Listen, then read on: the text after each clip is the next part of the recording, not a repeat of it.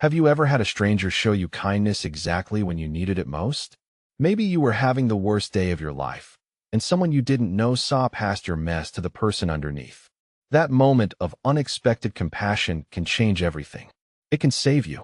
And sometimes, if you're incredibly lucky or incredibly foolish, it can lead you straight into the arms of the most dangerous man you'll ever meet. Hannah Park's feet were killing her.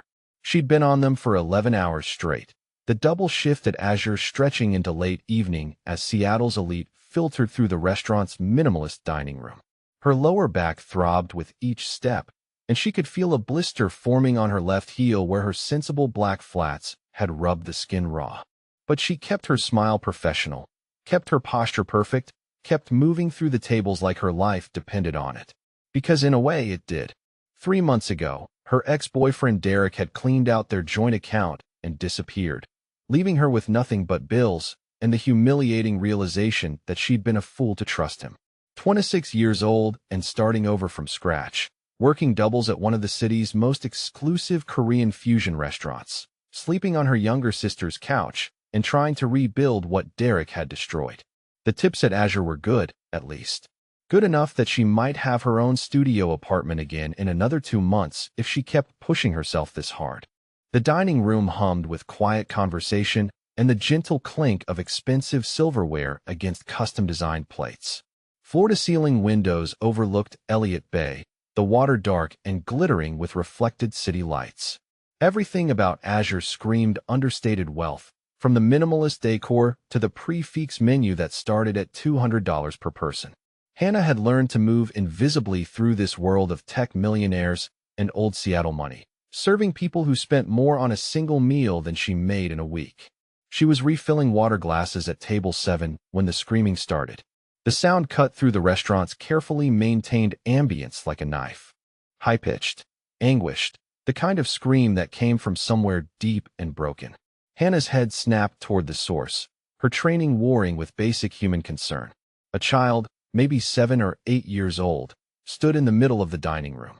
His small hands were clenched into fists at his sides, his face contorted with distress. As Hannah watched, frozen, the boy grabbed the edge of the nearest table and shoved. Plates crashed to the floor, crystal glasses shattering. Red wine spread across white linen like blood. Oh no. Oh God, no. The other diners recoiled, some standing, others staring in shock. The boy screamed again, wordless and raw, and swept his arm across another table. More destruction, more chaos. His chest heaved with rapid breaths that Hannah recognized immediately. She'd seen her sister Claire have panic attacks exactly like this during their mother's cancer treatments years ago. Claude, the restaurant manager, appeared from the back with his face already arranged in damage control mode. He caught Hannah's eye from across the room and jerked his head toward the screaming child. Handle it, his expression said clearly. Make this go away. Hannah moved before she could think better of it, weaving between tables toward the boy. Behind her, Claude was already schmoozing the affected diners, his voice smooth and apologetic. She could hear him offering complimentary bottles of wine, desserts, his profuse regret that their evening had been disturbed. The child had backed himself into a corner near the windows, his small body shaking. He couldn't have been more than 7, dressed in an expensive button-down shirt that was now untucked and disheveled. His dark hair stuck up in places where he'd been pulling at it. But it was his eyes that made Hannah's heart clench. Wide, dark, absolutely terrified. She'd seen that look in the mirror often enough after Derek's worst episodes. The other servers kept their distance, uncertain. A few diners had their phones out, probably filming. Hannah shut out the audience, shut out Claude's pointed stare, shut out everything but the frightened child in front of her.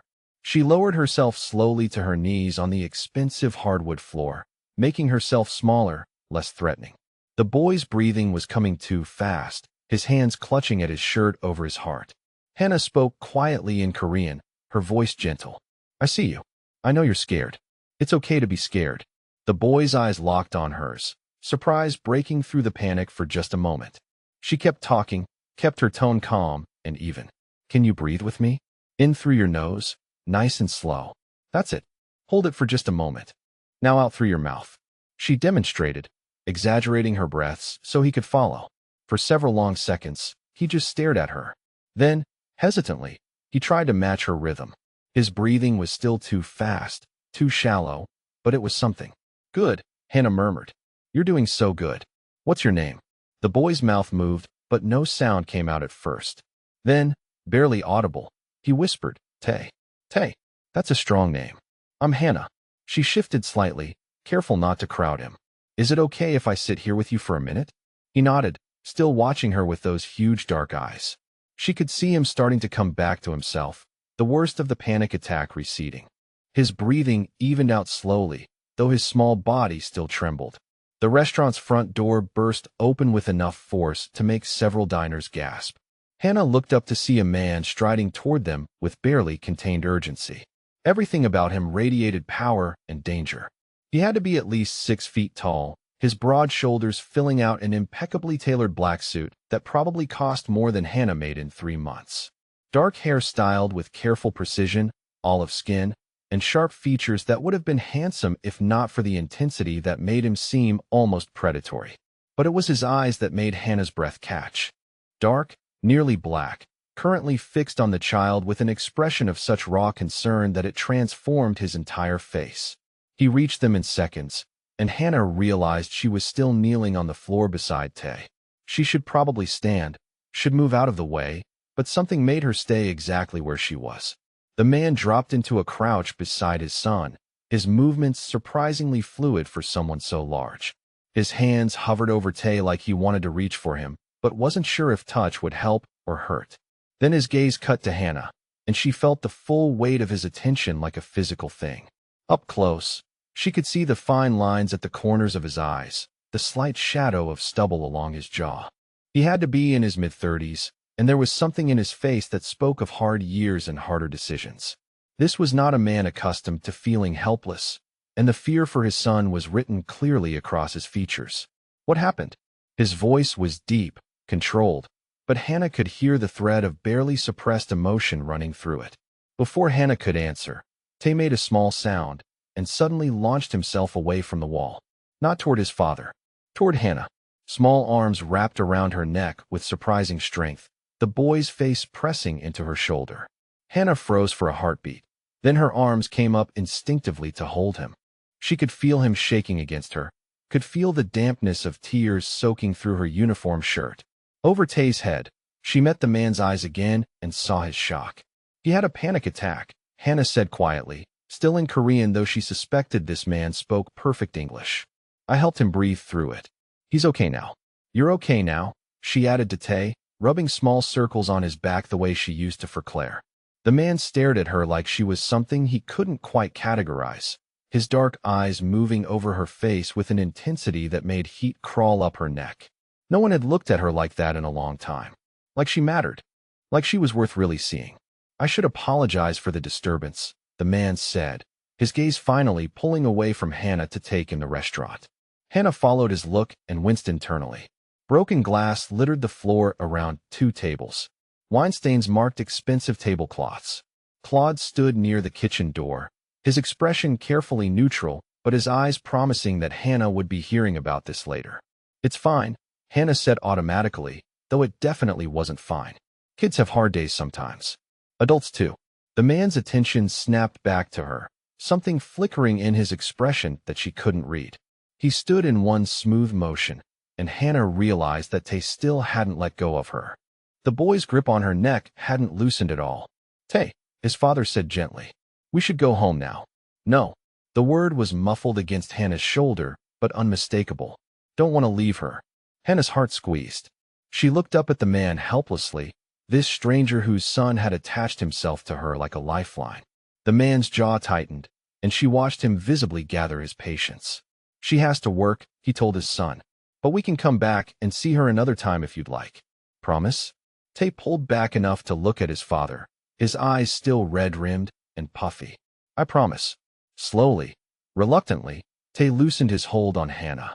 She helped him stand, her knees protesting as she rose as well. The man was closer than she'd realized, close enough that she could smell his cologne, something expensive and understated. Close enough to see the exact moment his expression shifted from concerned father to something else entirely. His eyes dropped to her name tag, then back to her face. Hannah Park, he said, like he was committing it to memory. Thank you for your kindness to my son. That's not something we encounter often. There was a weight to those words that made Hannah wonder exactly what kind of life this man and his son lived. Before she could respond, he reached into his jacket and pulled out a wallet. Hannah started to protest, but he was already extracting several bills and pressing them into her hand. For the tables, he said quietly, and for your compassion. Hannah looked down at the money in her hand and nearly choked. $500 bills. More than she made in a week, just handed to her like it was nothing. Sir, I can't accept this, she started, but he was already guiding Tay toward the door with a gentle hand on his son's shoulder.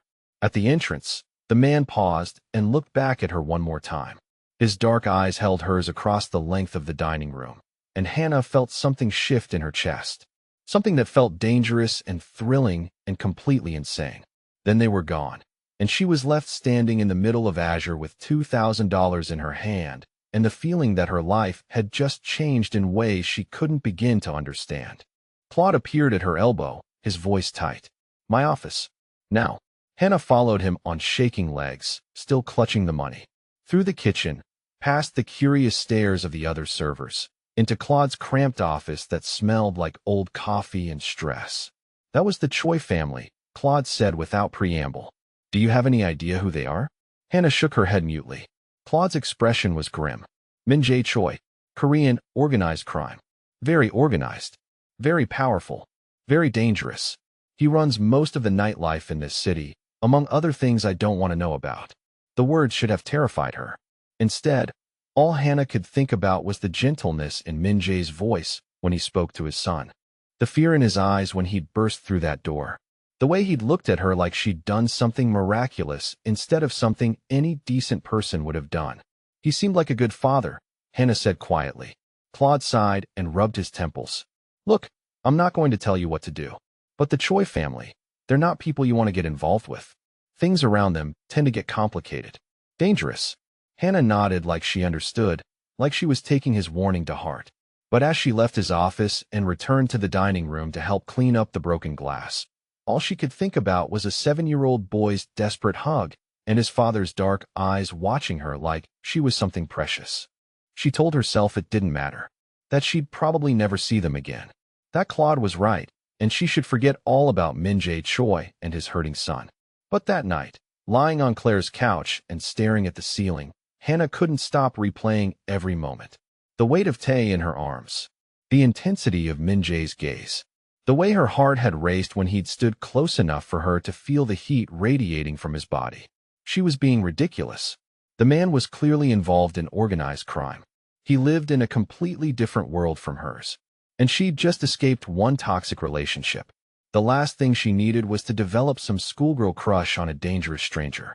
But as sleep finally claimed her, her last thought was of dark eyes that had seen straight through her, and a quiet promise that they would come back.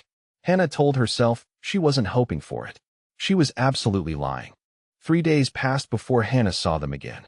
3 days in which she told herself repeatedly that she wasn't watching the door, wasn't hoping every time the hostess seated a new table in her section. She was being professional, focused, completely unaffected by a single encounter with a dangerous man and his troubled son. She was also a terrible liar. It was a Thursday evening, the dinner rush just beginning to build, when Hannah heard the hostess's voice go slightly higher with nerves. She glanced up from the wine glasses she was polishing to see Min-jae Choi walking through Azure's entrance with Tae's small hand held firmly in his. Her heart stuttered in her chest. Min-jae looked different tonight, somehow both more and less intimidating. He wore dark slacks and a charcoal sweater that clung to his broad shoulders, expensive but more casual than the severe suit from their first meeting. His hair was slightly less perfect, like he'd been running his hands through it. But his eyes were the same, dark and intense, and they found Hannah across the dining room with unerring accuracy. The hostess approached Hannah with an uncertain smile. The Choi party is requesting your section specifically. Is that acceptable? Hannah's hands had gone damp. She set down the wine glass carefully before she could drop it. Of course. Table 12 is available. She watched as the hostess led Min-jae and Tae to the corner booth, the most private table in her section. Tae was looking around with wide eyes, clearly more present than he'd been during the chaos of their first meeting. When he spotted Hannah, his entire face lit up. "Miss Hannah." He waved enthusiastically, and Hannah felt her professional composure cracking around the edges. She gave herself 10 seconds to gather her composure, to remind herself that this was just another table, just another customer. Then she approached with menus and her practiced server smile. "Good evening. It's nice to see you both again." Min Jae's gaze never left her face. "The pleasure is ours. I promised Tae we would return." Up close, Hannah could see the faint shadows under his eyes, like he hadn't been sleeping well. There was tension in the set of his shoulders that hadn't been there before, or maybe she just hadn't noticed it through her own nervousness. He looked tired, she realized. Tired and wound-tight, like a man carrying weight that never quite lifted. Tae, however, was bouncing slightly in his seat. "Dad says you helped me when I was scared. I don't remember all of it, but I remember you were nice." Hannah's throat tightened. "I'm glad you're feeling better." She launched into her usual spiel about the evening's specials, hyper-aware of Min Jae's unwavering attention. Most customers looked at the menu while she talked, or glanced around the restaurant, or checked their phones. Min Jae looked at her like she was the only thing in the room worth his focus. It was unnerving. It was thrilling. It made her stumble over the description of the braised short rib in a way that would have mortified her with any other table. When she finished, Min Jae ordered for both of them without consulting the menu. His choice is perfect for a 7-year-old's palate and an adult's more sophisticated taste. He'd clearly done his research on Azure's offerings. "And please," he added as she turned to go, "join us when you have a moment. If your schedule allows." Hannah blinked. "I'm working. I'm aware." His slight smile was devastating. "But surely you get a break at some point this evening." She should say no. Should maintain professional boundaries. Should remember Claude's warning about the Choi family and complications and danger. Instead, she found herself nodding. "I have 15 minutes at 8:30. "Perfect. We'll wait." Hannah fled to the kitchen with their order, her pulse hammering. One of the other servers, Maria, raised an eyebrow at her flushed face. "That's the guy from the other night, isn't it? The one with the kid who lost it?" Hannah nodded, not trusting her voice. "He's hot," Maria said bluntly. "Also terrifying. I heard Claude say he's connected." "He seems like a good father," Hannah said, echoing her words from 3 nights ago. Maria snorted. "Honey, those aren't mutually exclusive. But be careful, okay? Men like that are complicated." The next hour passed in a strange haze. Hannah moved through her other tables on autopilot, her attention constantly pulled back to table 12. She watched Min Jae cut Tae's food into smaller pieces, listened to the low rumble of his voice as he talked with his son about school, saw the way Tae laughed at something his father said, the sound bright and unguarded. This was what normal looked like for them, she realized. Whatever darkness existed in Min Jae's life, with his son, he was simply a father. Attentive, patient, present in a way that made something in Hannah's chest ache. At 8:25, she clocked out for her break with shaking hands. Min Jae saw her approaching and said something to Tae, who immediately scooted over to make room for her in the booth. Hannah slid in beside the boy, very aware that this put her directly across from Min Jae in the intimate space. His legs were long enough that she could feel the occasional brush of his knee against hers under the table. Each accidental contact sent sparks up her spine. Tae immediately launched into a story about his second-grade class, something about a science project involving volcanoes. Hannah listened and asked questions, genuinely charmed by his enthusiasm. But she could feel Min Jae's gaze on her, steady and assessing. When Tae paused to take a bite of his dessert, Min Jae spoke. "I wanted to thank you properly for what you did. Not many people would have responded the way you did." Hannah shrugged, uncomfortable with the gratitude. "Anyone would have helped a scared child. You'd be surprised." His voice went hard for a moment. "Most people see my son having a difficult moment, and they see a problem to be removed. You saw a child who needed help." The pain in those words made Hannah's heart clench. How often had Min Jae dealt with people judging his son, treating Tae like a burden or an inconvenience? She thought about the other diners filming with their phones, Claude's immediate instinct to make the problem disappear. "Tae's a sweet kid," she said quietly. "He was just overwhelmed. His mother died 6 months ago." Min Jae's words were careful, like he was testing how she'd react. "Car accident. Since then, he has moments where the grief becomes too much." Hannah looked at Tae, who had gone very still and quiet. She reached over and squeezed his small hand. I lost my mom too. I was older than you, but it hurt just as much. It's okay to have hard days. Tay's eyes went bright with unshed tears. Does it get better? Eventually. Not right away, and not all at once. But yes, it gets better.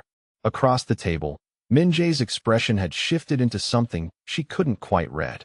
Grief, maybe. Gratitude. Something deeper that made her breath catch. Her break passed too quickly. 15 minutes that felt like both seconds and hours, filled with Tay's chatter and Min Jae's quiet observations, and the strange sense that she was exactly where she was supposed to be. When her phone alarm chimed, she had to force herself to slide out of the booth. Thank you for sharing your break with us, Min Jae said. His hand moved like he might reach for hers, then stopped. Perhaps we could do this again. I work most evenings, Hannah said, and immediately felt foolish. Like she was being too eager, too available. But Min Jae's slight smile suggested he didn't mind. Then I know where to find you. The rest of her shift passed in a blur. Min Jae and Tay left around 9. Min Jae catching her eye across the room in a look that promised he meant what he'd said. She found another generous tip on the table when she cleared it, along with a business card with simply a phone number and the name Min Jae written in clean, precise handwriting. Azure closed at 11. Hannah helped with the breakdown, counting her tips and changing out of her uniform in the staff room. The parking garage was mostly empty when she finally headed for her ancient Toyota, her feet aching and her mind still replaying every moment of dinner. She was halfway to her car when she heard her name. Not Hannah. Hannah, drawn out and slurred. The voice that still sometimes woke her from nightmares. She turned slowly, her heart already sinking, to find Derek leaning against a concrete pillar. He looked terrible, his eyes bloodshot and his clothes rumpled. He'd always been handsome in a conventional way, but 3 months had not been kind to him. Or maybe he'd always looked like this and she'd been too infatuated to notice. We need to talk, he said, pushing off the pillar and moving toward her with unsteady steps. Hannah's hand tightened on her purse. There's nothing to talk about. You stole from me and left. Our money, he corrected, his voice rising. You had no right to freeze the account. She hadn't frozen anything. There'd been nothing left to freeze by the time she'd discovered what he'd done. But clearly Derek was operating in his own version of reality, probably helped along by whatever he'd been drinking. Go home, Derek. Sleep it off. Don't tell me what to do. He was close now, close enough that she could smell the alcohol on his breath. You think you're so much better than me now? Working at your fancy restaurant, probably spreading your legs for rich customers? The words hit like a slap. Hannah took a step back, but Derek matched it, moving into her space with intent that made alarm bells scream in her head. Stay away from me, she said, louder now. I mean it. He grabbed her arm, fingers digging in hard enough to bruise. You owe me. I gave you 2 years, and you owe me. Hannah tried to jerk away, but his grip tightened. His other hand came up, and she saw the moment he decided to hurt her, saw it in the twist of his expression. Then suddenly he was gone. It happened so fast that Hannah's mind couldn't process it. 1 second Derek had her trapped against her car. The next, a larger body had inserted itself between them with fluid, lethal grace. Min Jae had Derek by the throat, had lifted him slightly off his feet and slammed him back against the concrete pillar hard enough to make Derek's head crack against the stone. The transformation was complete. This wasn't the gentle father from dinner. This was the dangerous man Claude had warned her about, the one who ran organized crime in Seattle with ruthless efficiency. Min Jae's face was carved from ice, his dark eyes absolutely cold. You touched her, Min Jae said, his voice soft and terrible. Explain to me why I shouldn't break every bone in your hand. Derek made a choking sound, his fingers scrabbling uselessly at Min Jae's grip. Min Jae, she realized with distant shock, was holding a grown man one-handed against a wall like it required no effort at all. Please, Hannah said, her voice shaking. Please don't. Min Jae's eyes cut to her, and she saw him visibly gather control. He released Derek, who collapsed to the ground gasping. Then Min Jae turned to her fully, and his expression shifted again, the cold fury melting into concern. Are you hurt? He moved toward her carefully, like she might bolt. Hannah looked down at her arm, where Derek had grabbed her. Already she could see the red marks that would purple into bruises. Her lip was bleeding where she'd bitten it in fear. Min Jae's jaw tightened. He reached out slowly, giving her time to pull away, and gently took her arm to examine the damage. His touch was impossibly careful, especially compared to the violence he'd displayed seconds before. "I'm okay," Hannah managed. "You're not." His voice was rough. "Is this the ex-boyfriend?" She nodded mutely. Behind them, Derek was trying to stand. Min Jae didn't even look at him. "Leave," he said flatly. "If I see you near her again, if I hear you've contacted her, if you so much as think about her too hard, I will find you. And what just happened will seem gentle by comparison. Are we clear?" Derek stumbled away without another word, and Hannah was distantly glad he had enough self-preservation left to recognize a real threat. Min Jae turned back to her, his hand still gentle on her arm. "Come with me, please. You're shaking, and you shouldn't be alone right now." "I have to go home," Hannah said automatically. "Where's home?" "My sister's couch." The look that crossed his face suggested he understood more from those 3 words than she'd intended to reveal. "My penthouse is 10 minutes away. I have a guest room. You'll be safe there." She should say no. Should call Claire. Should go back to the cramped apartment and the uncomfortable couch and her normal, uncomplicated life. But the adrenaline was wearing off and her whole body was starting to shake, and the thought of being alone terrified her. "Okay," she whispered. Min Jae's expression softened. He guided her to a sleek black Mercedes with a hand at the small of her back, his touch steady and grounding. Helped her into the passenger seat with the kind of care usually reserved for something precious and fragile. As he drove through Seattle's nighttime streets, Hannah watched his profile in the dashboard lights. His jaw was still tight, his hands controlled but tense on the steering wheel. "Thank you," she said quietly, "for being there. I was waiting to make sure you got to your car safely." His voice was rough. "I should have intervened sooner. Before he touched you. You couldn't have known. I knew men like him don't give up easily. I should have stayed closer." The guilt in his voice surprised her. This powerful, dangerous man, feeling responsible for her safety like it was his personal duty. The penthouse was in one of Seattle's most exclusive buildings, all glass and steel, with a doorman who greeted Min Jae with respectful deference. The elevator required a key card to access the top floor. Every detail screamed wealth and power, and a world so far removed from Hannah's reality, it felt like a dream. The penthouse itself was stunning. Floor-to-ceiling windows overlooked the glittering city, the Space Needle visible in the distance. Modern furniture in blacks and grays, expensive art on the walls, the kind of space that looked like it belonged in a magazine. A small woman appeared from a hallway, middle-aged and kind-faced. She took one look at Hannah and immediately switched to rapid Korean, asking Min Jae what happened. "Mrs. Kim is Tae's nanny and our housekeeper," Min Jae explained to Hannah. "She lives in the staff quarters." Mrs. Kim was already bustling around, collecting a first aid kit and talking about ice for bruises. Min Jae guided Hannah to the massive couch, his hand steady on her shoulder. "Sit. Let Mrs. Kim take care of your arm." But it was Min Jae who knelt in front of her, who carefully cleaned the cut on her lip with gentle touches that made her breath catch. Up close like this, she could see the fine scars on his knuckles, evidence of violence that was probably routine in his world. Could see the way his dark eyes tracked every wince and flinch, like her pain caused him physical discomfort. "You should ice your wrist," he said quietly, wrapping it carefully. "The bruising will be worse tomorrow." "I've had worse," Hannah said without thinking, then immediately regretted it when his expression went hard. "From him?" She nodded.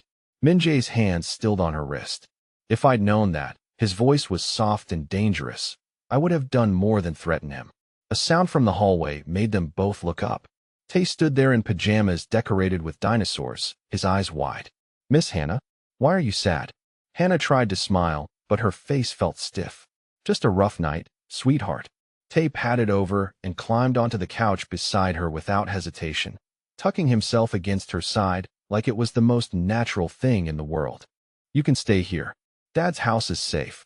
Over his head, Hannah met Min Jae's eyes, saw something in them that made her heart race for entirely different reasons than fear. "Yes," Min Jae said quietly, his gaze never leaving hers. "You can stay here, for as long as you need." And despite every logical reason she should refuse, despite Claude's warnings and her own history of terrible decisions and the absolute insanity of trusting a man she barely knew, Hannah found herself nodding. "Just for tonight, she told herself. But looking into Min Jae's dark eyes, feeling Tae's warm weight against her side, and the strange sense of safety settling over her like a blanket, she suspected she was lying to herself again. Hannah woke to unfamiliar luxury. For a disoriented moment, she couldn't place where she was. The mattress beneath her was too soft, the sheets too high a thread count, the room too quiet. Then memory flooded back.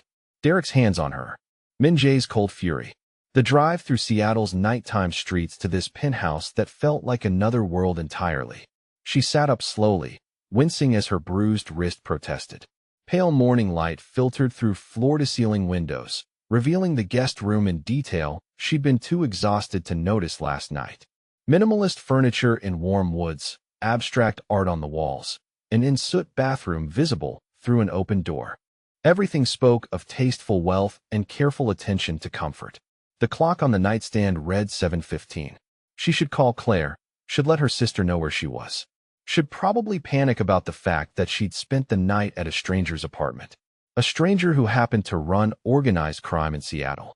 Instead, she found herself drawn by the smell of coffee and something cooking, following the scent down a hallway decorated with what looked like original paintings.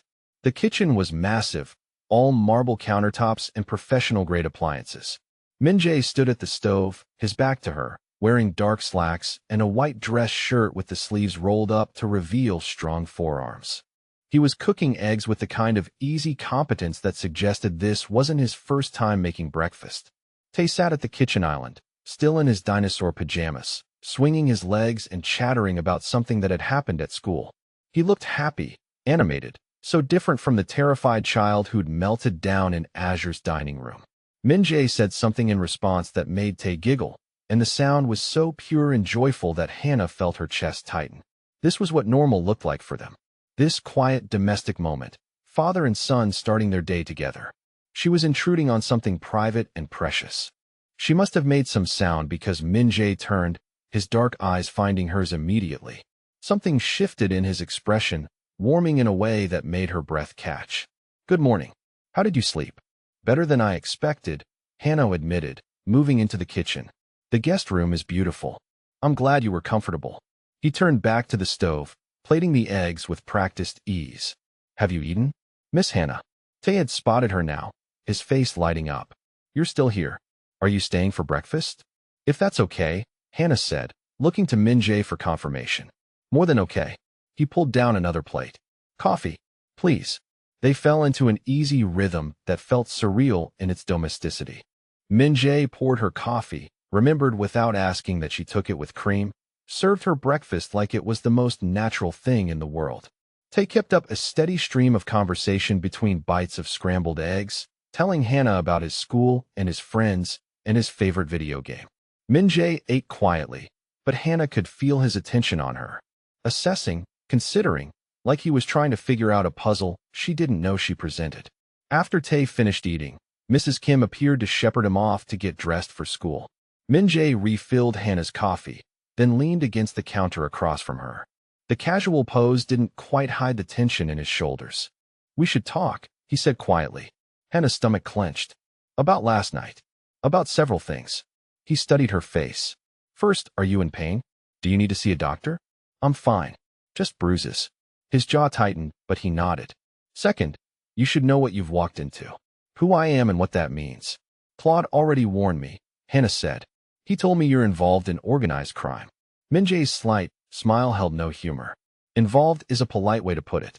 I run the Korean syndicate in Seattle. We control most of the nightlife, several legitimate businesses, and some ventures that are decidedly less legitimate. I'm not a good man, Hannah. I've done things that would horrify you." The honesty was almost brutal. Most men would have softened it, made excuses, tried to paint themselves in better light. Min Jae simply laid it out like facts she deserved to know. "Why are you telling me this?" she asked. "Because you should understand what you're choosing if you stay here." His dark eyes held hers steadily. "Your ex-boyfriend won't bother you again. I'll make certain of that. But being associated with me, even temporarily, comes with its own risks. Rival organizations, law enforcement attention, danger by proximity." Hannah's hands tightened around her coffee mug. "You're giving me a choice. To leave. Always. I won't keep you here against your will." The sincerity in his voice made something in her chest loosen. She thought about going back to Claire's couch, back to working doubles at Azure, back to looking over her shoulder for Derek. Thought about never seeing Tae's bright smile again, never feeling the strange safety she'd experienced in Min-jae's presence. What would staying look like? She asked carefully. You'd have the guest room for as long as you need it.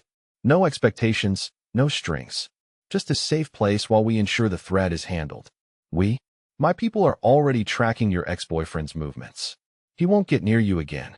The casual way he said it should have frightened her. Instead, Hannah felt a wave of relief so strong it made her dizzy.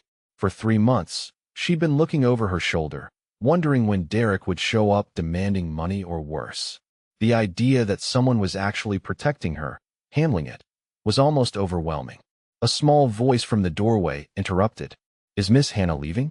They both turned to find Tae in the hallway, dressed for school, but with his backpack dragging on the floor. His eyes were huge and suspiciously bright. Min-jae's expression softened immediately. That's up to Miss Hannah, buddy. Tae walked over slowly, stopping in front of Hannah's stool. His small hands twisted together nervously. I know you probably have your own house and your own stuff, but I really like having you here.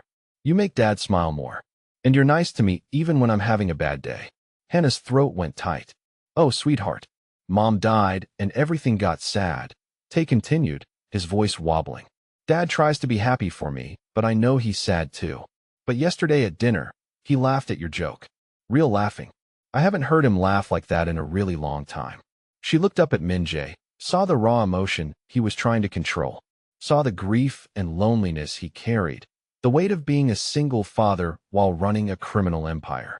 Saw the man behind the dangerous reputation, and he was so much more complicated than she'd expected. I could stay for a few days, Hannah heard herself say. If that's really okay. Tae launched himself at her, small arms wrapping around her waist. Thank you, thank you, thank you. Over his head, Hannah met Min-jae's eyes again. The relief there was palpable, but underneath it was something darker. Something that looked like hunger and possession and want. Thank you, he said quietly. After Min-jae left to take Tae to school, Hannah called Claire from the guest room. Her sister answered on the second ring, worry sharp in her voice. Where are you? I came home last night, and you weren't here. I've been freaking out. I'm safe. I'm staying with someone for a few days. Hannah explained in broad strokes. The incident with Derek, Min-jae's intervention, the offer of a safe place. She left out the organized crime part, the intensity of Min-jae's attention, the way her heart raced every time he looked at her. Claire was predictably concerned. You don't really know this guy, Han. What if he's dangerous? He is dangerous, Hannah admitted. But not to me. The days that followed developed a rhythm that felt both natural and surreal. Min-jae worked from a home office, taking video calls in Korean and English, his voice carrying the kind of authority that made grown men nervous. But when Tae came home from school, he transformed into a patient father helping with homework and listening to rambling stories about recess. Hannah found herself folding into their routine without conscious decision. She helped Tae with his reading, made lunches, tidied the already immaculate penthouse just to feel useful. Mrs. Kim watched her with knowing eyes, but said nothing, simply showed Hannah where things were kept and how Min-jae liked his coffee. On the third evening, Hannah cooked dinner.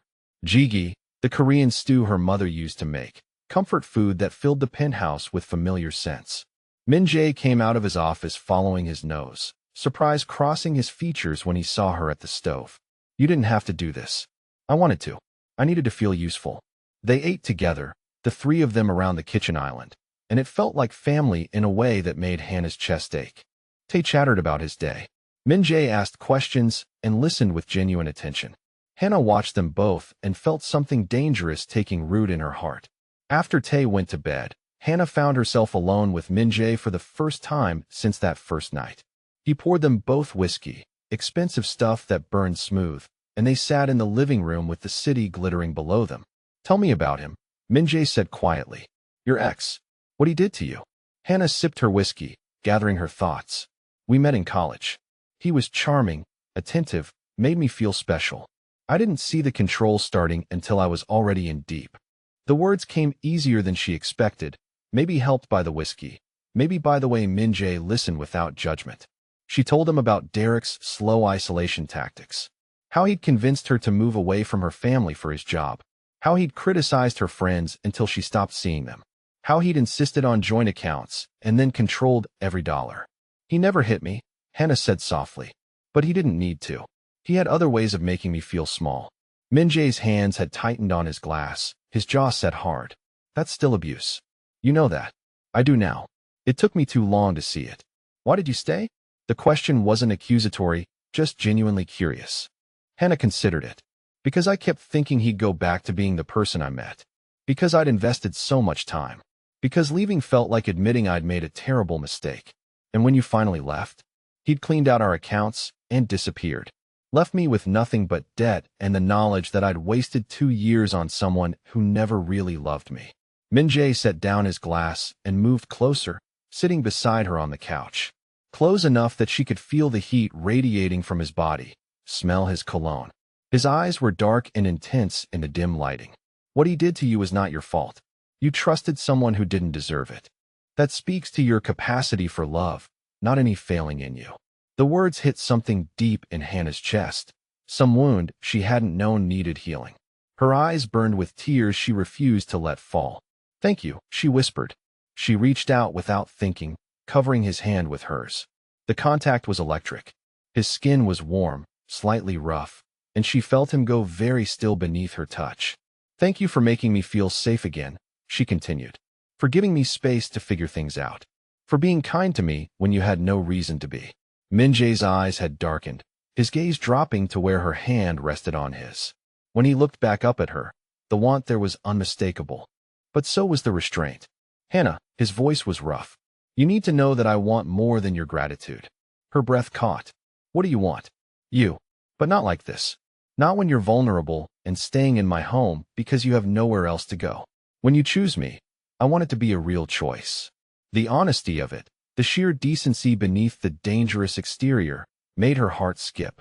She should pull her hand back, should maintain distance, should remember that she'd just escaped one terrible relationship and jumping into another was insane.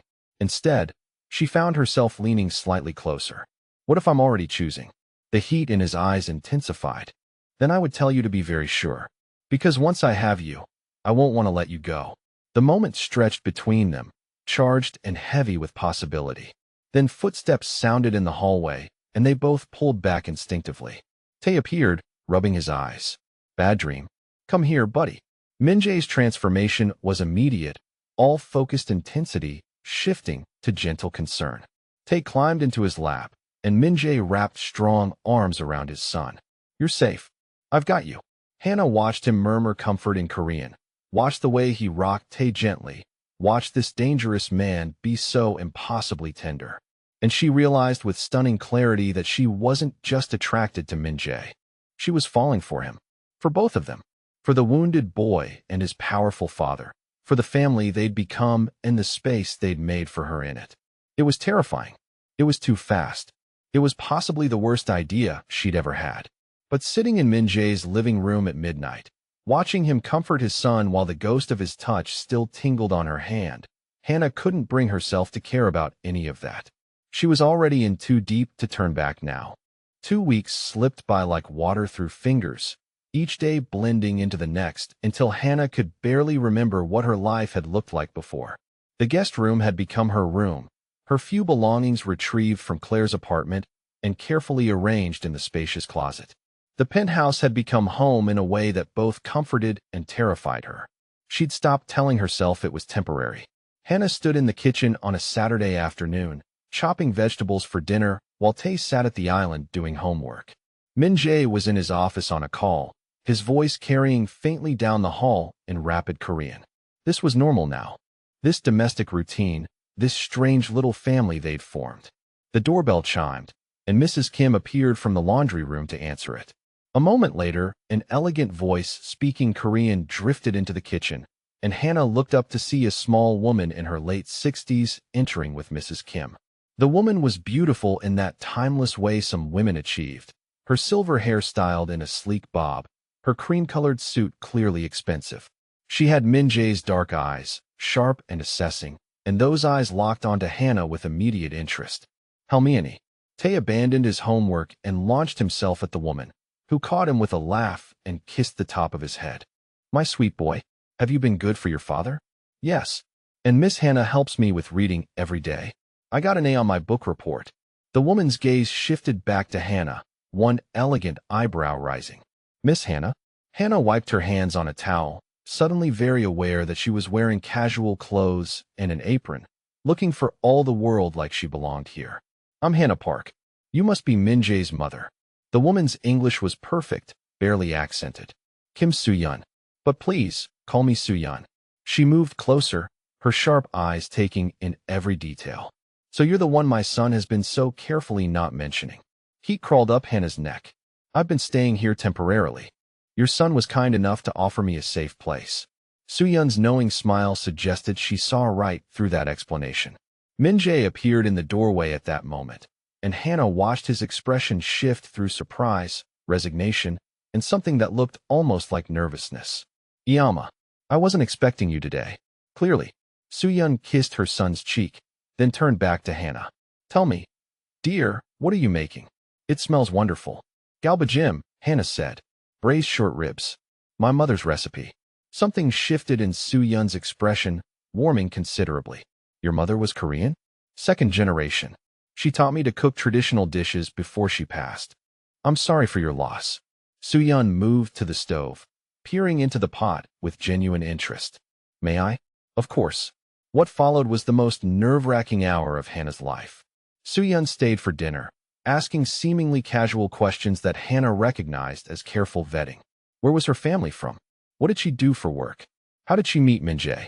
Throughout it all, Min Jae sat across the table watching with an expression somewhere between amusement and concern.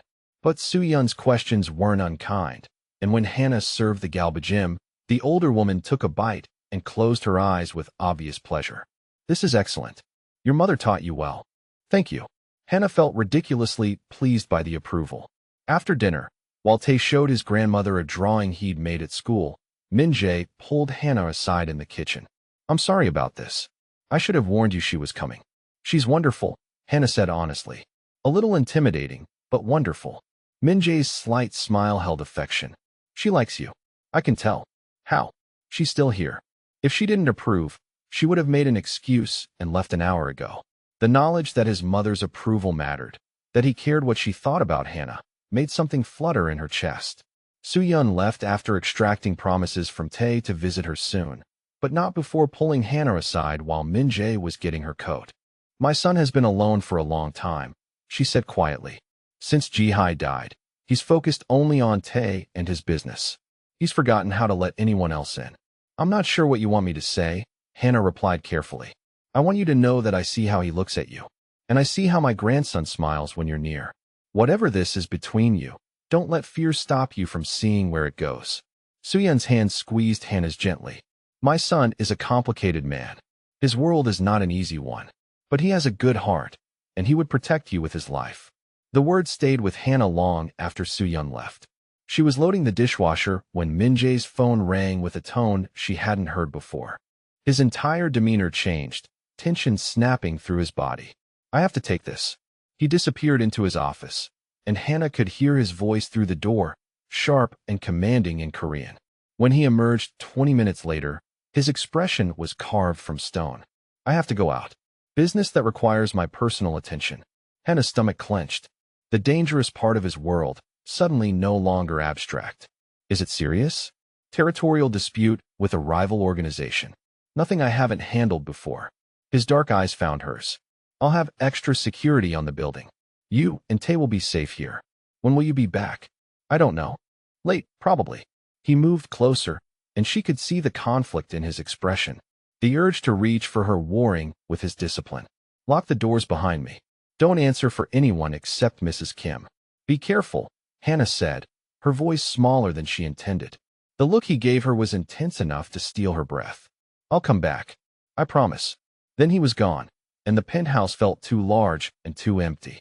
Hannah got Tae ready for bed, read him 2 stories, and tried not to watch the clock.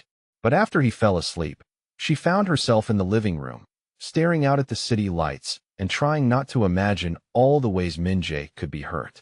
She'd never felt this kind of fear before, With Derek, she'd worried about his moods, his anger, his control. But she'd never feared for his safety. Never felt this sick terror at the thought of him not coming home. The realization of what that meant hit her like a physical blow. She loved him. Somehow, in 2 weeks of shared breakfasts and quiet evenings and stolen glances, she'd fallen completely in love with Min Jae Choi. It was insane. It was too fast. It was the worst possible timing after escaping Derek. But sitting in the darkness, waiting for a dangerous man to come home from whatever violence his world demanded, Hannah couldn't deny it anymore. The door opened at 2 in the morning. Hannah jerked awake from where she'd dozed on the couch, her heart hammering. Min Jae stood in the entryway, and even from across the room, she could see the blood. Not much. A dark stain across his white dress shirt, splattered on his hands. His hair was disheveled, his jacket gone, and there was a hardness in his eyes that made him look like exactly what he was.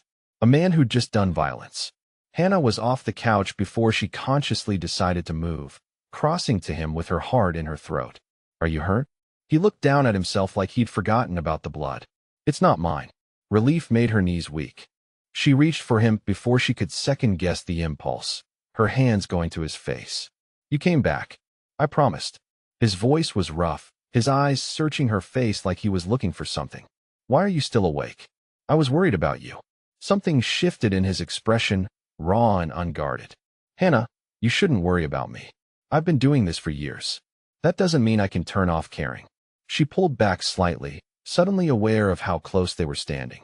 "You should clean up. Let me help." She led him to his bedroom, a space she'd never entered before. It was masculine and minimalist, all dark woods and clean lines, dominated by a massive bed. The ensuite bathroom was equally impressive, all marble and chrome. Min Jae started unbuttoning his shirt with hands that she realized were shaking slightly. The adrenaline wearing off, she thought. Or maybe exhaustion. She stepped forward without asking, taking over the task. His eyes tracked her movements as she worked each button free, as she pushed the ruined shirt off his shoulders. The undershirt beneath was clean, but when he pulled that off too, Hannah had to work to keep her expression neutral. His body was a map of violence survived. Scars littered his torso, old and new. A long, thin line across his ribs. A puckered circle on his left shoulder that could only be a bullet wound. Evidence of a life lived dangerously, a body that had been hurt and healed and hurt again. Hannah's fingers traced one scar before she could stop herself. When? 6 years ago. Rival family making a power play. Min Jae's voice was quiet. "I survived. They didn't. And this one?" She touched the bullet scar. 3 years ago. Same story, different rivals. His hand came up to cover hers, pressing her palm flat against his chest. She could feel his heartbeat, strong and steady beneath her fingers. "I've lived a violent life, Hannah. I've done things I'm not proud of. Hurt people who deserved it, and some who probably didn't. I'm not a good man." "You're a good father," Hannah said firmly. "You've been nothing but kind to me. And your mother loves you. Those things matter." His dark eyes searched hers. "Do they? Do they matter enough?" "Enough for what? To make you want to stay? Not because you're afraid of your ex, or because you have nowhere else to go, but because you want to be here. With me." The vulnerability in his voice, this powerful, dangerous man asking her to choose him, broke something open in Hannah's chest. She stepped closer, closing the last bit of distance between them, her free hand coming up to his face.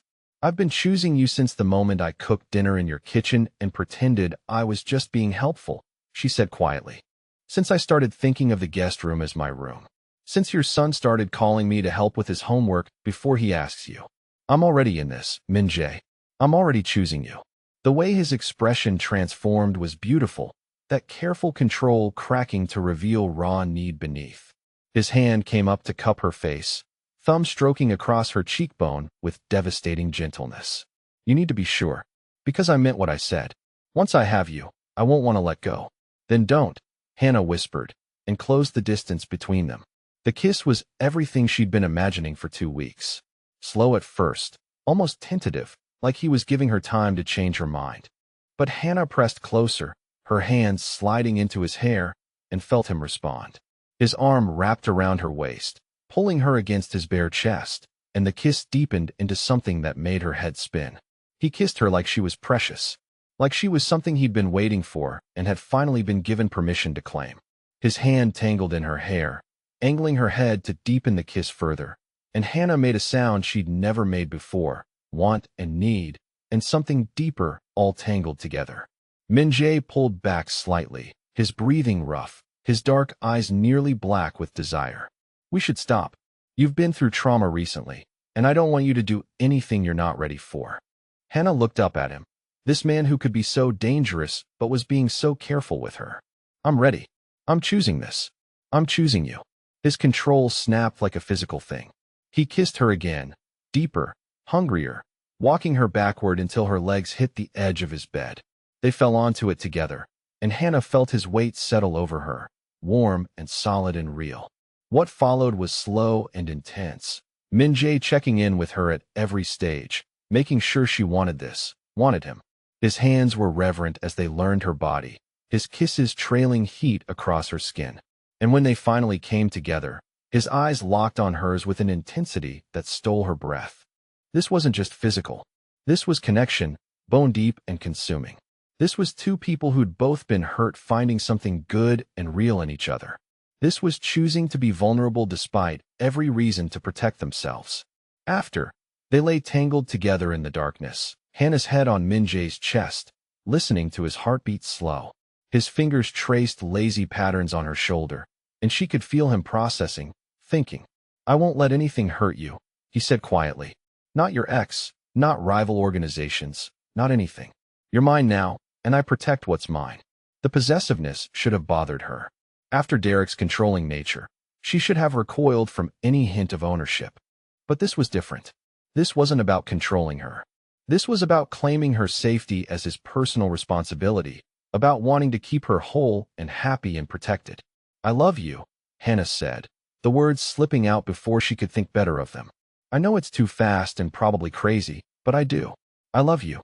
Min-jae went very still beneath her. Then his arms tightened around her, and when he spoke, his voice was rough with emotion.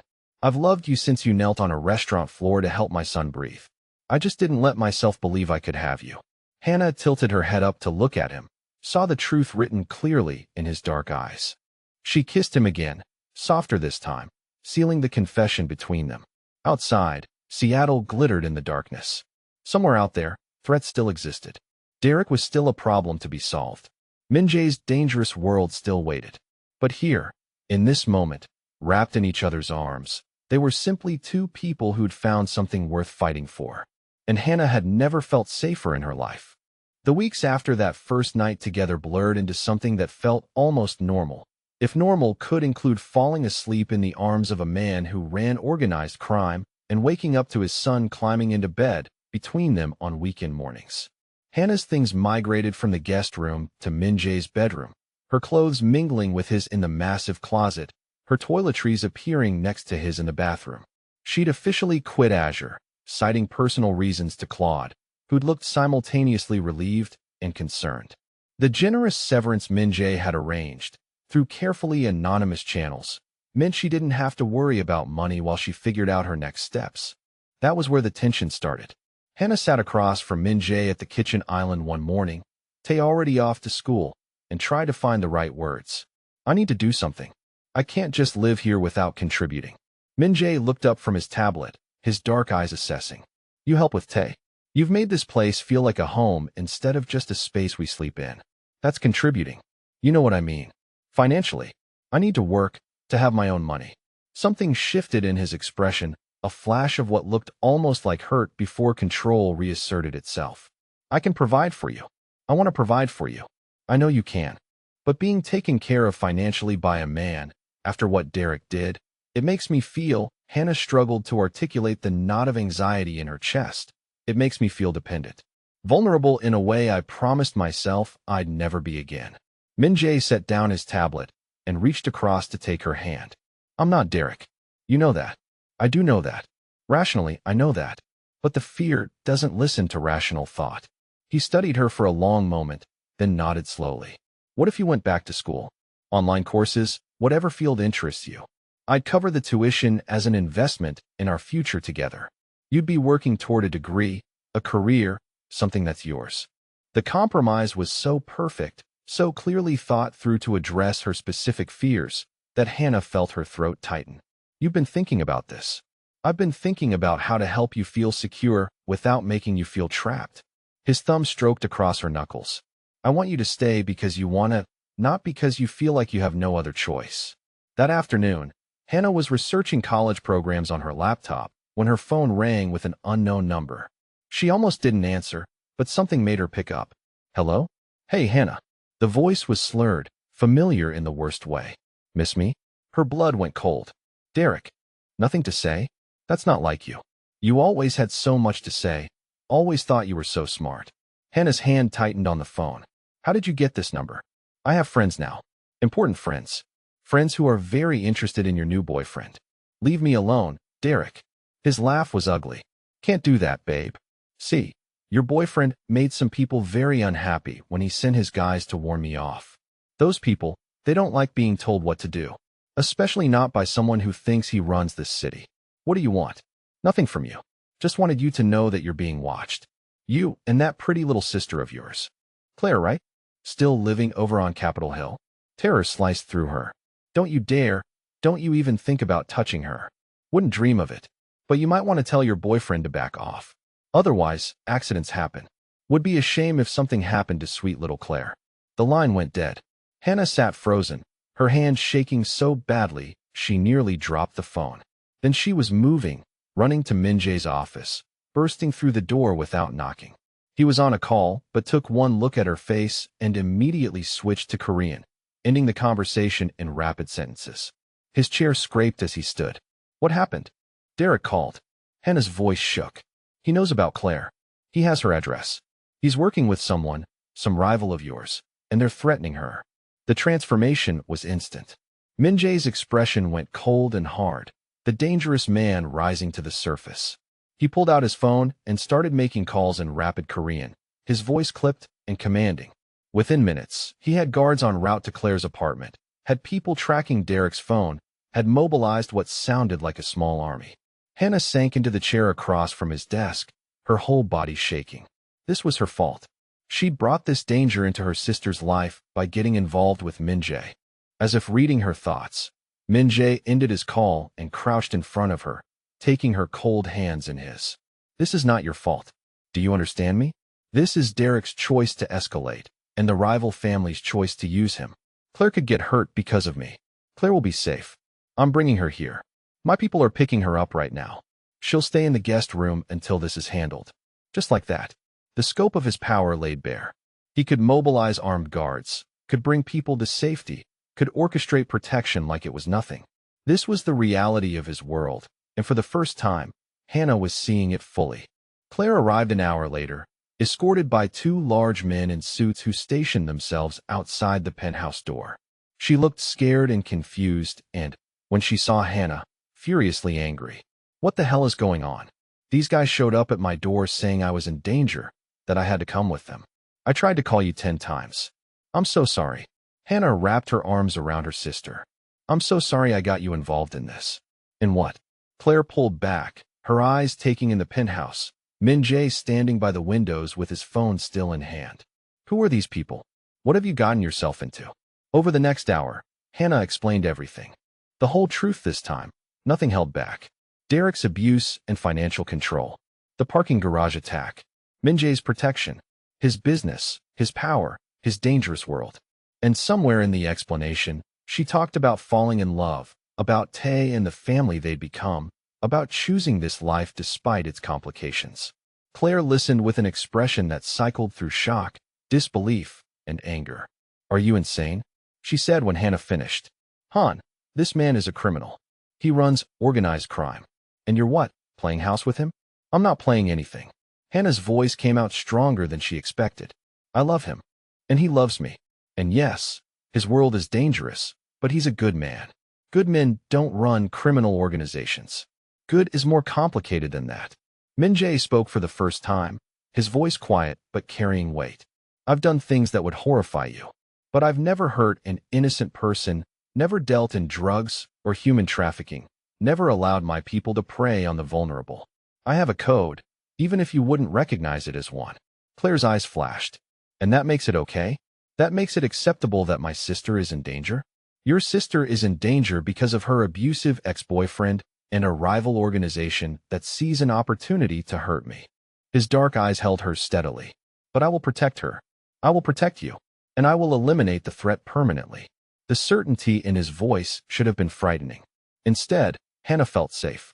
Claire stayed for dinner, quiet and watchful as Tay chattered about his day at school, as Min-jae helped his son with homework, as Hannah moved through the kitchen with the ease of someone who'd made 1,000 meals here.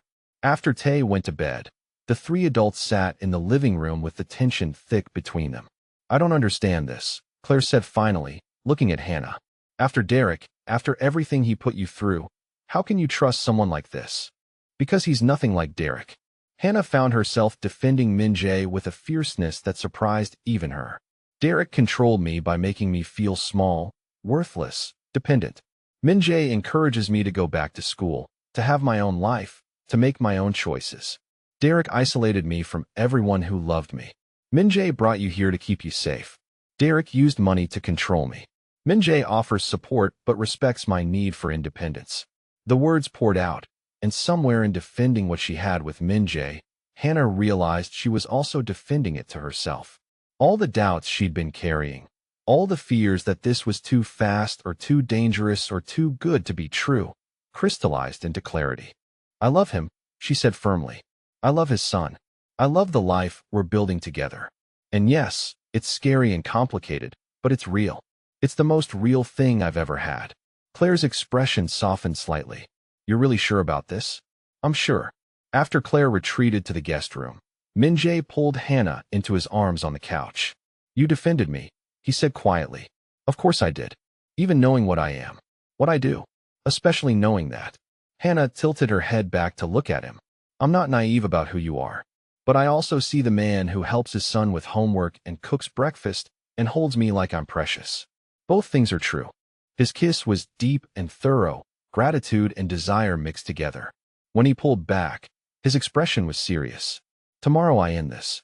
The rival family and your ex-boyfriend. It needs to be handled permanently. Fear spiked through her. Will it be dangerous? Yes, but I've been doing this for years. I'll be careful. They spent the evening in planning mode. Min-jae on calls with his people, coordinating what sounded like a small war. Hannah caught pieces of the conversation, enough to understand that the rival organization was the same one that had killed his wife 3 years ago. This wasn't just about protecting Hannah. This was about settling an old score. Later, after the plans were made and the house was quiet, they lay tangled in his bed in the darkness. Hannah traced the scars on his chest, each one a reminder of how dangerous his world was. Come back to me, she whispered. Promise you'll come back. I promise. His arms tightened around her. I have too much to lose now. They made love slowly, intensely, with a desperate edge that came from knowing tomorrow might bring violence. Min-jae held her like she was something precious he might lose, kissed her like he was memorizing the taste of her, whispered in Korean against her skin words that sounded like prayers. After, as her breathing slowed and sleep tried to claim her, Hannah felt Min-jae's hand stroking her hair gently. I love you, he said quietly. Whatever happens tomorrow, you need to know that. You and Tay are everything to me now. You're why I'll be careful. Why I'll make sure to come home. Hannah pressed closer, her hand over his heart, feeling it beat steady and strong beneath her palm. I love you too. Be safe. Please be safe. As sleep finally pulled her under, her last conscious thought was a prayer to whoever might be listening. Let him come back. Let us have our future together. Let this dangerous, complicated, beautiful thing we've built survive. Tomorrow would bring violence and resolution. But tonight, wrapped in each other's arms, they had this moment of peace and love and hope. And that would have to be enough. Min-jae left at dawn. Hannah woke to find him already dressed in dark tactical clothing she'd never seen before, checking a weapon with the kind of casual efficiency that spoke of long practice. She sat up, pulling the sheet around herself, and watched him prepare for violence. He caught her looking and crossed to the bed, sitting on the edge to cup her face gently. Stay here. Don't leave the penthouse. My best people are stationed outside. How long will you be gone? However long it takes. His thumb stroked across her cheekbone. But I will come back to you. She wanted to beg him not to go, wanted to ask him to find another way, wanted to lock them all in this penthouse and pretend the outside world didn't exist. Instead, she kissed him hard, pouring everything she felt into it. "I'll be waiting," she whispered against his lips. After he left, the penthouse felt too quiet. Claire emerged from the guest room looking exhausted, clearly having slept as poorly as Hannah. They made coffee in silence, neither wanting to voice the fears churning in their minds. Tay came out an hour later, and Hannah forced herself to be normal for his sake. Made breakfast, helped him get dressed, set him up with books and games in the living room. Mrs. Kim arrived and immediately sensed the tension, taking over Tay's care with gentle efficiency. The hours crawled by with agonizing slowness. 8 in the morning became 9, became 10, became noon. Hannah's phone stayed silent. She checked it obsessively anyway, willing it to ring, to buzz, to give her any information. Claire sat beside her on the couch, taking her hand. "He'll be okay. He seems like the kind of man who's survived worse." Hannah wanted to believe that, but she'd seen Min-jae's scars, knew the violence his world demanded, knew that no matter how skilled or prepared someone was, things could go wrong. At 2 in the afternoon, her phone finally rang. Unknown number. Her heart stopped. "Hello? Ms. Park?" The voice was professional, unfamiliar. "I'm calling on behalf of Min-jae Choi. He asked me to inform you that the situation has been resolved. He's uninjured and will be home within the hour." Relief hit her so hard she nearly dropped the phone. "Thank you. Thank you for calling." She hung up and looked at Claire, tears streaming down her face. "He's okay. He's coming home." The next 45 minutes were the longest of her life. She paced the living room while Claire tried to distract Tay with a movie, watched the elevator numbers obsessively, jumped at every sound. Then the door opened, and Min-jae walked through. He looked exhausted, his dark clothes dusty, a bruise forming along his jaw. But he was whole and alive and home. Hannah crossed the distance between them at a run, throwing herself into his arms hard enough to make him stumble back. His arms came around her immediately, holding her tight against his chest. "I'm here. I'm okay." She pulled back enough to look at him, her hands framing his face, checking for injuries. The bruise on his jaw, scraped knuckles, but nothing worse. "You're really okay? Really okay?" He kissed her forehead, her cheeks, her lips. "It's done. The rival family won't be a problem anymore. And your ex-boyfriend," he paused, "he won't be bothering anyone ever again." The finality in those words should have frightened her.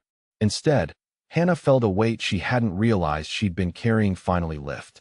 "It's really over? It's really over." Tay appeared, launching himself at his father with a happy shout. Min-jae caught him easily, lifting him up despite his obvious exhaustion. His eyes met Hannah's over his son's head, and the love there was so clear it made her breath catch. That evening, after Tay was in bed and Claire had retreated to give them privacy, Min-jae told her the full story. The confrontation with the rival organization's leadership. The brief, brutal fight that had ended with their surrender and agreement to leave Seattle entirely. And Derek, who'd tried to run and been caught. "What happened to him?" Hannah asked quietly. "He's alive." "Barely." Min-jae's voice was flat. "He's being held at a facility my people control. He'll face consequences for what he did to you. And then he'll be released far from here with a very clear understanding that if he ever comes near you or your sister again, he won't survive it." Part of Hannah wanted to feel sympathy for Derek, wanted to be the compassionate person who'd knelt beside a scared child in a restaurant. But thinking of his hands on her, his threats against Claire, she found she couldn't summon anything but relief that he was gone. "Thank you," she said, "for keeping us safe." Min-jae pulled her into his lap, his arms wrapping around her waist. "I would do anything to protect you, anything to keep you and Tay safe. You're my family now." The word family settled into her chest, warm and right. They sat together in the quiet, the city lights glittering beyond the windows, and Hannah felt something she hadn't felt in years. Complete safety, complete trust, complete love. 2 days later, Claire prepared to return to her apartment. The immediate danger had passed, and while she was still processing everything, she'd softened toward Min-jae after seeing how he was with Tay and Hannah. Before she left, she pulled Hannah aside. "I still think you're crazy, but I can see that he loves you. Really loves you, not like Derek pretended to. Just be careful, okay?" "I will." Hannah hugged her sister tight. "Thank you for not completely disowning me."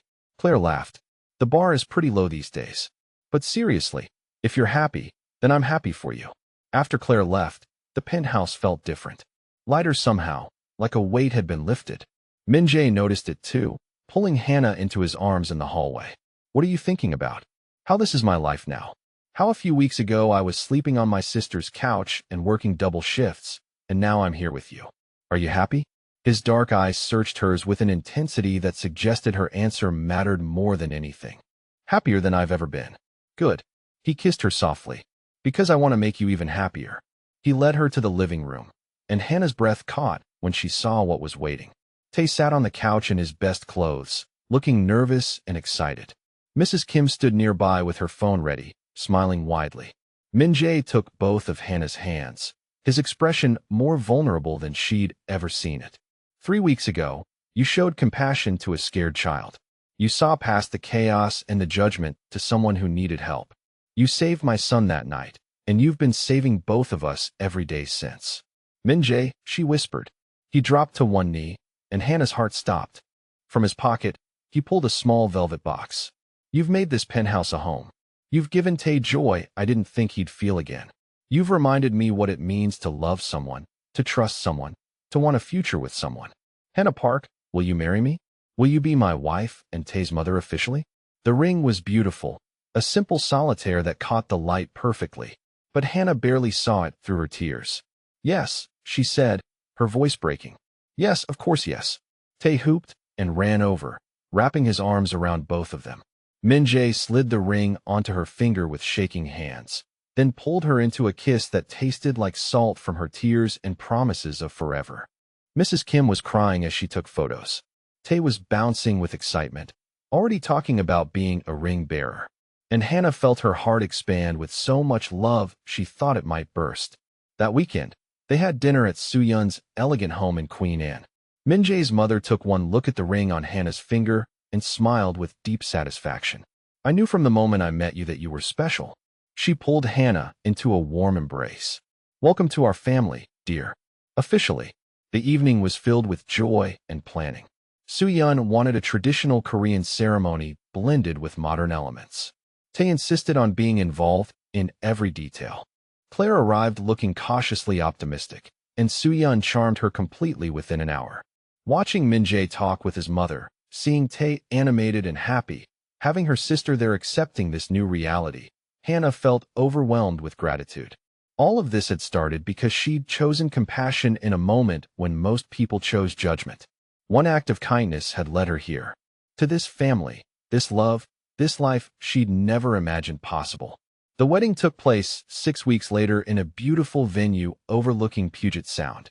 Hannah wore a traditional hanbok for the ceremony, white and cream with delicate embroidery, then changed into a Western wedding gown for the reception. Min-jae looked devastating in a tailored suit, his eyes never leaving her.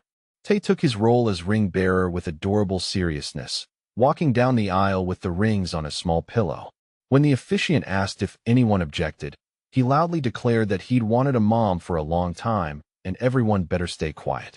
The laughter that rippled through the guests was warm and loving. Min-jae's hand tightened on Hannah's as they exchanged vows, promising to love and protect each other, to build a family together, to face whatever challenges came with unity. When he kissed her as husband and wife, Hannah felt complete in a way she'd never experienced. This was home. This was family. This was everything she'd needed without knowing she needed it. The reception was elegant but warm, filled with Min-jae's business associates and family friends, all carefully vetted and genuinely happy for them. Claire gave a touching speech about second chances and finding unexpected happiness. Soo-yeon welcomed Hannah officially into the family with tears in her eyes. And through it all, Min-jae held Hannah close, like he couldn't quite believe she was real, that she was his. 18 months later, everything had changed and nothing had changed. The penthouse was still their home, but now it was filled with new life in every sense. Hannah had finished her first year of online courses in early childhood education, maintaining a perfect grade point average while managing everything else. Min-jae had gradually shifted his focus from the dangerous parts of his business to the legitimate ventures, protecting his family by reducing his exposure to violence. And Hannah was 7 months pregnant with their daughter. She stood in the kitchen on a Sunday morning, one hand resting on her swollen belly, while she watched Min-jae make pancakes with Tae's help. The boy was 9 now, taller and more confident, thriving in school and in the secure knowledge that he was loved. "Dad, you're doing it wrong," Tae said with the authority of someone who'd been making pancakes for months. "You have to flip it when the bubbles pop. When did you become the expert?" Min-jae's voice was warm with amusement. "Mom taught me." Tae said it casually, the word that had become natural over the past year. "She makes the best pancakes." Hannah's heart squeezed the way it always did when Tae called her mom. He'd started doing it about 6 months into their marriage, tentatively at first, then with growing confidence. Now it was simply who she was to him. The baby kicked hard, and Hannah winced. Min-jae noticed immediately, abandoning the pancakes to cross to her side. "She's active this morning," Hannah said, guiding his hand to where their daughter was moving. His expression softened the way it always did when he felt the baby kick. "Strong like her mother. Stubborn like her father," Hannah countered. They'd learned the baby's gender a month ago, and Tae had immediately started planning everything his little sister would need. He'd helped them paint the nursery a soft lavender, had chosen books to read to her, had practiced being gentle with his soon-to baby sister. After breakfast, they settled on the couch together, Tae between them working on a drawing for his art class. Min-jae's hand rested on Hannah's belly, feeling their daughter move beneath his palm. This had become their Sunday routine, this quiet family time before the week began. Hannah thought about how far they'd all come. Min-jae, who'd been isolated and grieving, now laughed easily and showed affection freely. Tae, who'd been lost in trauma, now thrived with the security of 2 parents who loved him completely. And herself, who'd been broken by an abusive relationship, now felt whole and valued and cherished every single day. "Do you remember that night at Azure?" Hannah asked quietly. When Tae had his panic attack, Min-jae's eyes met hers, dark and warm with love. "Every detail. You knelt on that floor and showed my son compassion when everyone else showed judgment. You saved us both that night. I think we saved each other." He kissed her softly, carefully, mindful of her pregnant belly. "I love you. More than I thought possible. I love you too." Tae made a dramatic gagging sound. "You guys are so mushy." They both laughed, pulling him into a hug that made him squirm and giggle. This was their family. Imperfect, unconventional, built from unexpected moments and choices that could have gone differently. Hannah thought about all the people who'd told her she was crazy for trusting Min-jae. All the reasons she should have walked away. All the safer, easier paths she could have taken. But looking at her husband and her son, feeling her daughter move inside her, she knew she'd made exactly the right choice. Sometimes the most dangerous thing you can do is also the bravest. Sometimes trusting someone means seeing past what they appear to be to who they really are. Sometimes love shows up in the most unexpected places, wearing the most unlikely face. All it takes is one moment of compassion, one choice to help instead of judge, one decision to see someone's humanity instead of their circumstances. That moment in Azure had changed 3 lives forever, had built a family from broken pieces, had proven that sometimes the best things come from the risks we take on people who need someone to believe in them. And as Hannah sat surrounded by her family, safe and loved and completely happy, she knew she'd take that risk again 1,000 times over. This was her life now. Her husband, her son, her daughter on the way. Her second chance at everything she'd lost. Her proof that compassion could change the world, one scared child at a time. And it was more beautiful than anything she could have imagined.